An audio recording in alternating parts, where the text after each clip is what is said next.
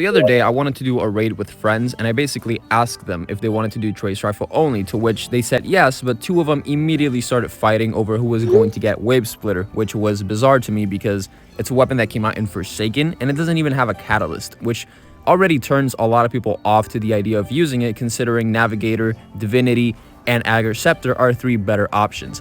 However, I wanted to still try it, and let me tell you, I was surprisingly wrong about the weapon because I was expecting it, again, no catalyst, no nothing. I was expecting it to suck, but this has actually turned into my go-to Void weapon on Warlock, mainly because everything in the Void catalog is at your disposal from offense to defense. So we're going to break down the build, and something that I've always said before many times is that a lot of builds that I like to use and stuff like that, or test for lack of a better term, usually end up being like mid-tier gameplay type of builds and stuff like that, mainly because it can be endgame if you're using the right weapons, and this is no exception. We're going to do Ghost for a little bit so that we can, I guess you could say, have a full showcase of the weapon and its capabilities, and maybe we'll swap to like another dungeon later on. This is not necessarily to clear a dungeon, it's more so to just give you like a showcase in the endgame-esque dungeons, I guess you could say. So let's actually break down the build with the stuff that everyone cares about, which is why is it so good to use. Now, like I said, the weapon does not have a catalyst, but it does have an origin trait called Suppressing Battery, where basically once you pick up an overpower, the weapon automatically reloads itself. So you basically have auto-loading holster, if you will. And not only that, but dealing sustained damage with the weapon also suppresses targets, because the weapon, if you hold down the trigger, it does damage, and then the longer you hold down the trigger, it does even more damage, and then even more damage. It basically has 3 oscillating damage types. And if you actually have an overpower, it skips the line all the way to the strongest one. Suppressing targets also blinds them, which is a really good plus. That already is enough to give the weapon a lot of respect. However, not having a catalyst sucks, but we also have to talk about the build itself and how it encompasses, because as you can see, there are only 2 items that you really need, 3 if you really want to maximize what you can get from the weapon, but I guess after the first 2, it's completely up to you. So the first one is going to be time dilation on your cloak or your class item, so that you can obviously get an extra 5 seconds per stack. Basically, in other words, making it so that the armor charge lasts longer. The obviously second one that you're going to want to use is going to be Void Siphon on your helmet, so that every 2 kills, yes, you can basically get an orb of power, which will reload your weapon, give you the ability to suppress targets by holding down the beam because it does its highest form of damage. And not only that, but if you have Devour active, which you will, and we'll get to that in a second, it will basically heal you non-stop, as well as refunding ability energy to everything that you're using. And honestly, I'm not even gonna lie, the fact that I just survived that is pretty crazy, considering, again, I have no overshield or anything, yet I still survived 2 moths and a sparrow blowing up. Whatever, the point is, it's a really good class, but as you can see, if you actually use Child of the Old Gods, you hit a target once, it goes and does its thing, and as it's basically leeching, your abilities have an increased flow. And as you can see, I already have my rift back, and again, we'll get to the class, the super, and the armor in a second, but a little bit of a showcase. The range, pretty decent. Every time you pick up an overpower, it reloads, you can suppress. The ammo itself, I would say it has a 100-round magazine. Not really too bad, not really too good, it's pretty whatever, but it's also not craftable, no catalyst, and it's an exotic, so we kind of have to give it a pass because of that. So let's actually break down the class itself. Heading into the fragments, I have Echo of Starvation as the first one, where basically a Void Breach or a overpower, when you pick it up, which is basically all the time, just look at the screen, right? You will immediately get Devour, which not only killing, but also getting Devour from that is a major plus, because you will walk over orbs of power without even noticing. And not only that, but it's going to heal you instantly, which for not having overshield or not having restoration, this works wonders. Now, the second one that I have, you can actually swap to whatever you want, but I basically have Echo of Obscurity, which basically makes it so that every time I pull a finisher, I become invisible. It is literally just a little refresh on Devour and a safety blanket just in case I need to disappear, because yeah, it does not hurt to have, but you can interchange it with whatever you want, as it's basically more flexible if you don't really care about invisibility and being able to get out of a pinch depending on the activity that you're doing. Then I would definitely recommend you swap it to something else that fits your playstyle. Echo of Leeching is another one that fits my particular playstyle, but basically every time you get a melee kill, it will start health regeneration for you and your allies, which is amazing because it serves as an extra additional source of healing. Who would have thought? Because again, depending on who you ask, the Warlock melee for Void is not the best. It's literally, I would say, next to like Penumbral Blast, which is a stasis one, a very short range melee, as you can see.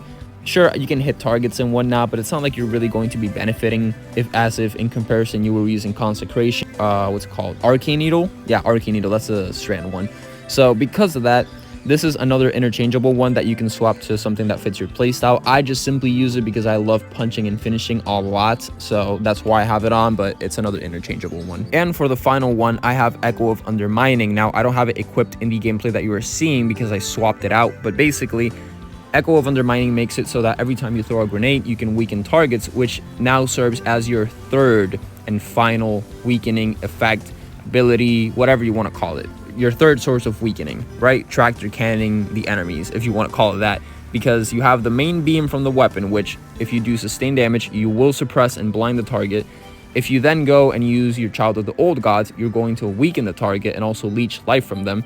And if you use your grenade, you are also going to be using the grenade as a tractor cannon, as well as basically killing anything and everything that's in there, because everything just gets sapped immediately, because you have 3 different sources of weakening. And because of Nezarec Sin, which we'll talk about in a second, you will additionally be receiving even more ability regen. However, you do want to use Nezarec Sin for this, because void ability kills from weapons and stuff like that will grant you more recharge time to abilities.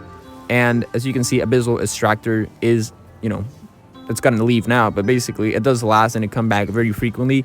It does get lost between the armor charges, the Devour, and anything else that is on your screen, all the check engine lights that you have on your Honda.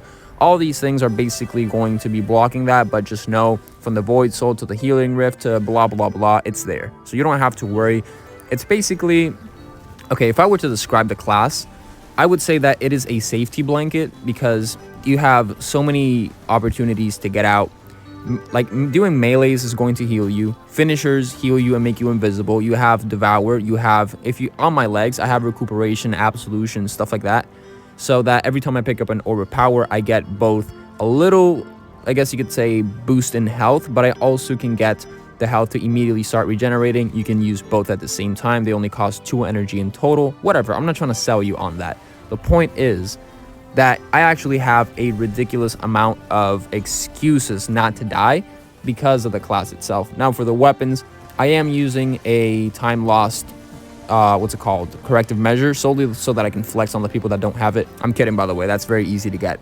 Void weapon, Firefly, more kills and stuff like that, it just makes sense. Now, something else that I was mentioning, the reason why I actually wanted to showcase this class itself, considering there are way better ones, is because if you are a person that isn't a fan of like doing rotations that involve bait and switch and all that type of stuff, I would recommend that you use a class like this, because at the very least, for your teammates, you will be providing all of the debuffing, which is really nice.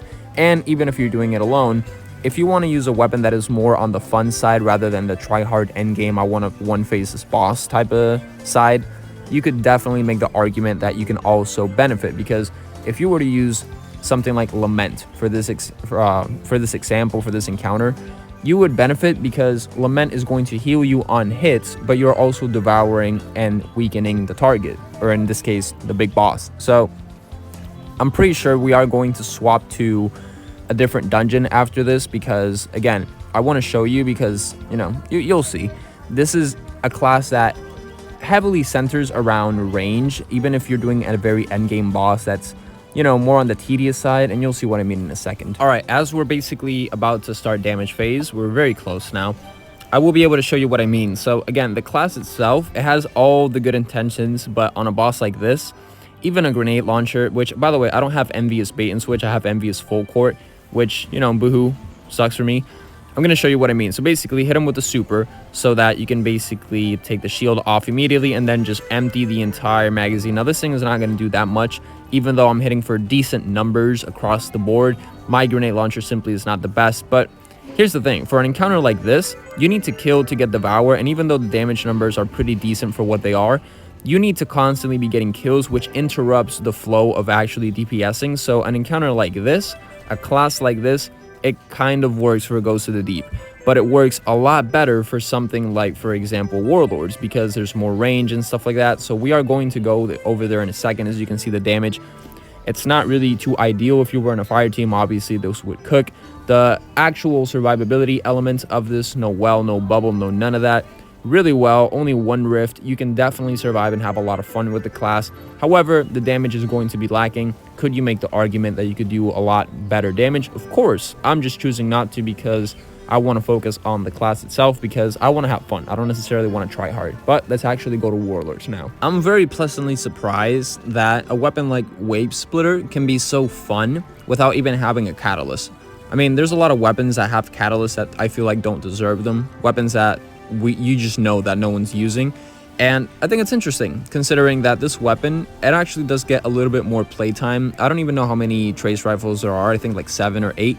This one, I would say it was on the bottom half for like the longest, but it's very hard to make that argument. This thing melts. You don't even have to try that much to like kill everything that's like a red bar or yellow bar.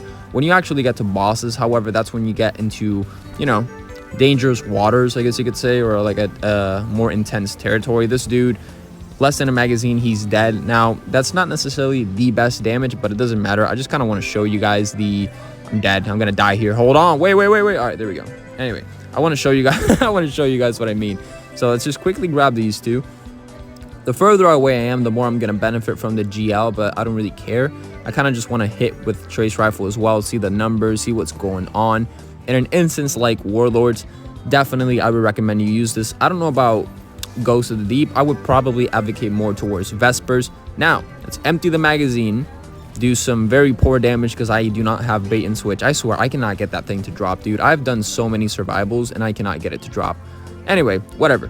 Let's actually move on to the next floor real quick, and we're about to wrap up the video soon because you guys get the point. I actually want to get you guys out of here so that you guys can try the build if you want. Something that I didn't mention, however, is that both supers that you're using, it doesn't matter if you're using Cataclysm or if you're using Vortex, they're both equally fun. I think swapping them according to the boss that you're doing is important, because for something like Ghost of the Deep, I would definitely recommend that you use the super that, the name I'm forgetting, I think it's Vortex, the one that just stays in place and does damage over time. And this one, which I believe is Cataclysm, or sorry, I believe you should use Cataclysm for something like this boss because of the tracking. He's in the air. It's a little bit more awkward. You can then not really see the crit. I don't know. Depending on who you ask and who you're playing with and stuff like that, it's subject to change. Now, this is kind of unfortunate because I should have killed this dude a lot earlier. 4 seconds really isn't enough. I don't even know if I'm going to be able to pick this. Probably not. Okay, whatever. So, again, same thing. Let's just nuke him with the super so it stays in place. And as you can see, 2,500 consistently, not really that bad, not too crazy. Again, it's not to die for. It's not like this is something that you're really looking at thinking, oh my god, this is insane. I'm like, no, it's, I would say, if you have a better heavy weapon, you're chilling, but it's really fun. It actually makes the game feel a lot more fluent because you feel hands-on. When you're actually doing this, you do feel like you are a lot more in control because Prismatic has a chokehold on the game. So it's very, very, very easy to only use that and nothing else. And I kind of want to start using classes that don't involve Prismatic. But dude, Prismatic is just so fun that it's hard not to. But this one, I'm actually pleasantly surprised because it actually is fun. It takes the cake for being very unique in the sense that even though it does not have a catalyst, which if you were to give this thing a catalyst, what would it even be? I don't even know what it would be. It wouldn't necessarily have to be anything related to like Devour and stuff like that because again, like you really have a lot of healing as it is. I feel like maybe getting multi-kills with the weapon should give you something like a little bit of a void overshield. I think that would be way too busted. But I'm honestly trying to think like what else could you use on the weapon that could really make it pop, you know, catalyst wise. Something that I forgot to mention in the beginning as well was that as we are wrapping up Warlords, kind of, I actually don't use any artifact mods. Now that's something that I try to do on purpose. I try not to mention any of them. I do have some equipped obviously because I play the game. However, I don't tell you to put these on or these will benefit you, or because if you actually do enjoy a class and then you log in and it's like a new season and the artifact perks are gone, you're gonna have a bad time.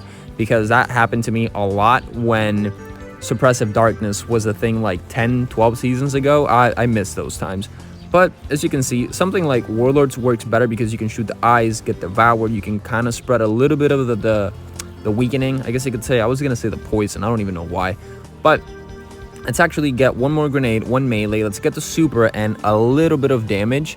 And yeah, that's it. We should be able to wrap up now. So again, if you guys enjoyed the class, if you want to copy it, everything was on screen. Everything will be in the description as well. Again, as for weapons and stuff like that, completely up to you except Wavesplitter. Bungie should give the weapon a catalyst. I might do more breakdowns of weapons like these because there's a lot of enjoyable weapons that get outcasted and just ignored completely for good reason. So I don't know. This was fun to use, and I really do want to use this weapon a lot more because it simply is a very fun weapon. I feel like trace rifles don't really get the love that they deserve half the time unless they provide a benefit like Navigator, Divinity, or something crazy that just changes the game for everyone and you basically have it in your inventory forever. But it doesn't necessarily have to be like that all the time. So ladies and gentlemen, if you enjoyed, consider subscribing. I will catch all y'all later. Peace out. Have a good one. Merry Christmas, and later guys. Peace out.